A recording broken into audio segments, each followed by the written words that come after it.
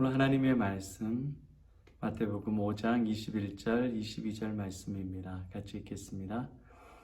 옛사람에게 말한 바 살인하지 말라. 누구든지 살인하면 심판을 받게 되리라 하였다는 것을 너희가 들었으나 나는 너희에게 이르노니 형제에게 노하는 자마다 심판을 받게 되고 형제를 대하여 라가라 하는 자는 공회에 잡혀가게 되고 미련한 놈이라 하는 자는 지옥불에 들어가게 되리라.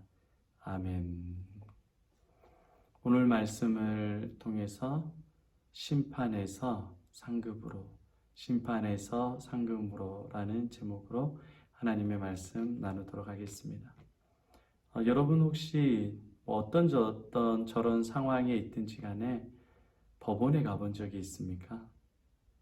법원에 가면 여러분이 원고가 됐던 피고가 됐던 혹은 증인이 됐든 기분이 굉장히 유쾌하지 않습니다. 분쟁을 해결하는 것이 법원이고요. 또 분쟁에 대한 정확한 답을 주는 것이 법원입니다.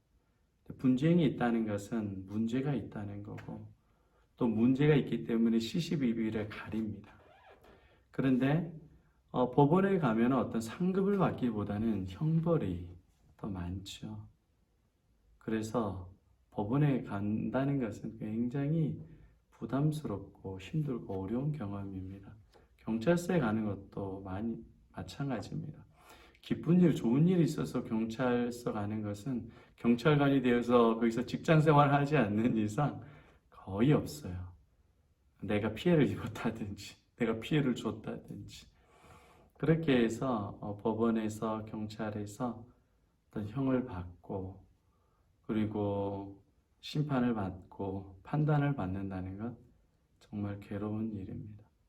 여러분, 사람들도 이렇게 죄와 형벌이 무섭고 괴로운 건데 하물며 하나님께서 심판하시고 하나님께서 죄와 또한 우리의 잘못된 모든 행위들에 대해서 판단하시고 심판하시고 정죄하면 정말 돌이킬 수 없습니다. 그때는 영원부터 영원까지 지옥입니다.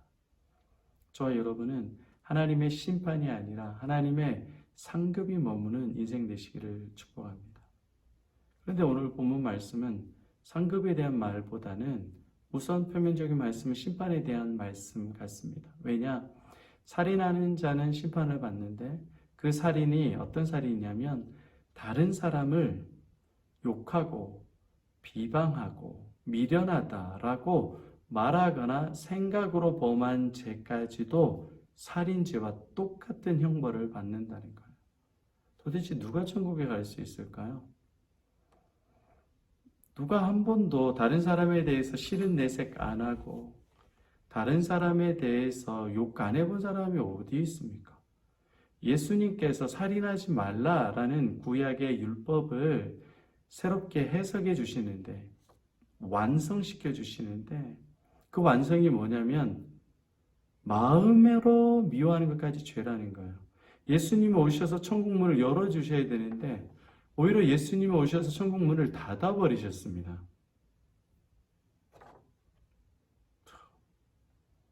이러실 수가 있습니까? 그런데 오늘 예수님께서 이렇게 말씀하시는 목적은 뭐냐? 너희가 율법과 계명을 다 지켜서 너희가 6번째 계명 살인하지 말라라는 그 계명을 지켜서 살인 안 했기 때문에 의롭다고 생각하지 아니라는 거예요. 너희가 율법과 계명을 지켜서 의인이 되는 게 아니라는 겁니다. 그래? 그러면 너 마음으로 여전히 음란하고 여러 마음으로 사람을 죽이고 욕했잖아. 예수님께서는 율법의 잣대를 더 깊숙이 인간에게 찌릅니다. 심판대 앞에 서면 율법에 그렇게 써 있는 게 어디 있어? 그렇게 해석한 적 한 번도 없었는데요. 라고 이렇게 변명하지 못해요. 핑계하지 못해요. 하나님의 어미하신 심판 앞에서는. 우리는 율법을 전혀 지킬 수 없는 죄인이다라는 것을 예수님께서는 고백하라고 말하는 겁니다. 예수님께서는 나는 살인자입니다. 나는 겉으로만 사람을 죽이지 않았지 마음과 생각과 속으로도 계속해서 살인하는 자입니다. 더욱이 나는 예수를 죽인 자고 하나님을 죽인 자고 성령을 소멸시키는 죄인입니다. 라고 고백하라는 겁니다. 그렇게 고백하는 자에게 하나님은 무서운 심판으로 죽이지 않아요. 용서해 주세요. 새로운 삶을 살 수 있도록 어마어마한 은혜를 쏟아부어 주십니다. 할렐루야. 탕자가 내가 하늘과 아버지에게 죄를 범했습니다라고 고백하잖아요. 고백하면 아버지가 싸대기 치면서 야, 너 재산 어디 있어? 그렇게 하지 않았어요. 안아주시면서 내가 다 알고 있다. 씻어주고 잘한다. 금가락지를 끼워주고 새로운 인생을 살 수 있도록 모든 지원을 아끼지 않으시는 분이 하나님이십니다. 그러니까 여러분, 우리가 살인자의 인생에서 의인의 인생으로 영원한 형벌에서 영원한 상급의 인생으로 살기 위해서는 여러분의 힘과 여러분의 의와 여러분의 공로가 필요한 게 아닙니다. 예수의 의와 예수의 은혜와 예수의 공로가 필요합니다. 하나님께서 여러분을 불쌍히 여겨주는 마음만이 필요한 거예요. 여러분이 뭘 자꾸 하려고 그렇게 애쓰고 안 되니까 좌절하고 하나님을 욕하고 떠나지 마세요. 하나님을 모르는 거예요. 하나님 값없이 우리의 죄를 용서해 주시고 내가 살인자라고 고백하며 내 아버지께 예수께 나오면 예수께서 용서해 주시고 자기의 의와 자기의 상급과 천국을 덧입혀 주시는 거예요. 아들의 권세를 주시는 겁니다. 할렐루야.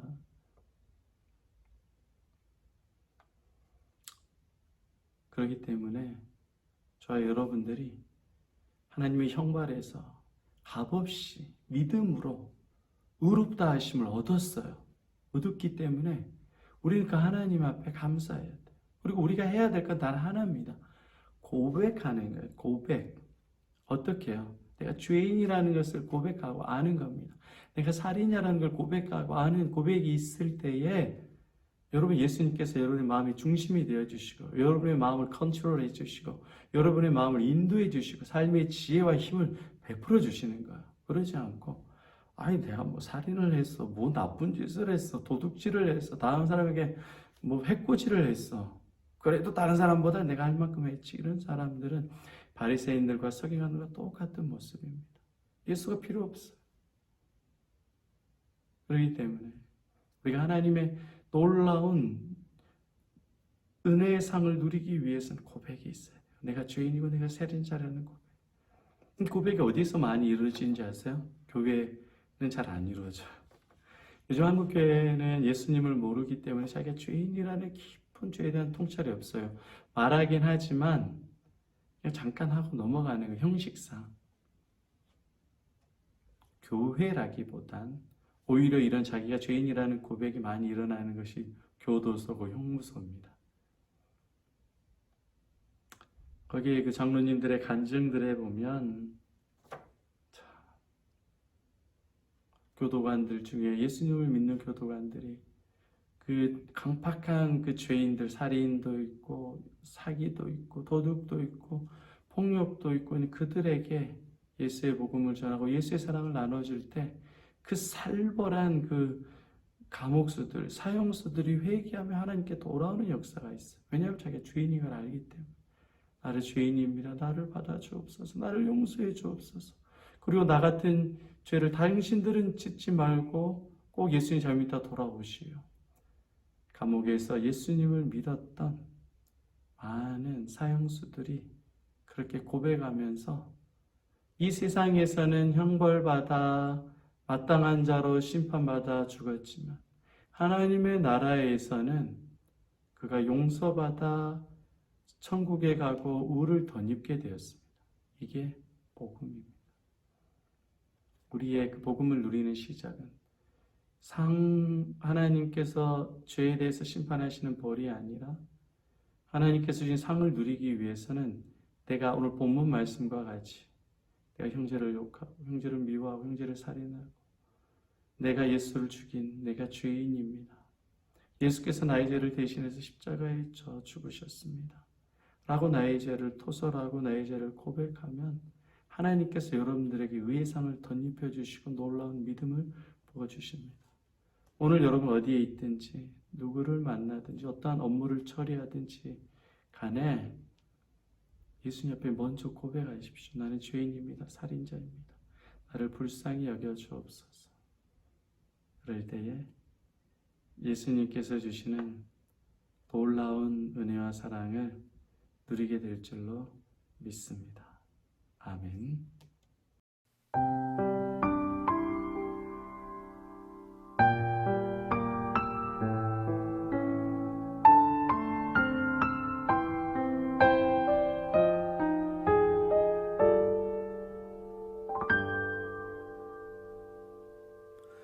무엇이 변치 않아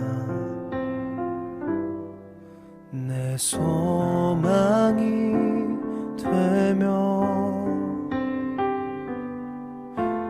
무엇이 한결같아 내 삶을 품으리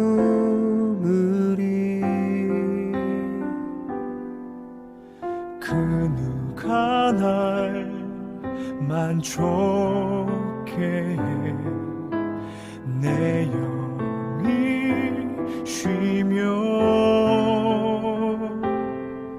그 누굴 기다려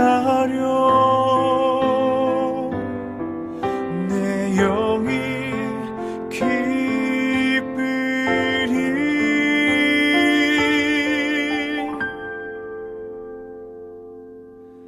십자가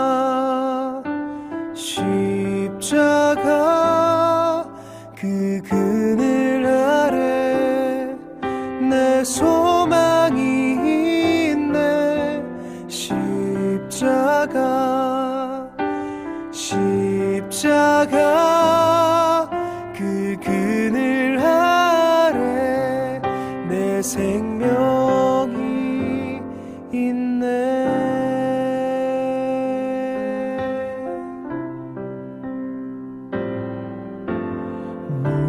무엇이 변치 않아 내 소망이 되며 무엇이 한결같아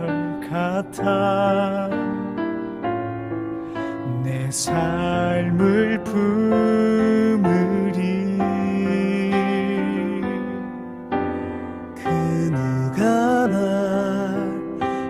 만족해 내 영이 쉬며 그 누굴 기다려 내 영이 기쁘리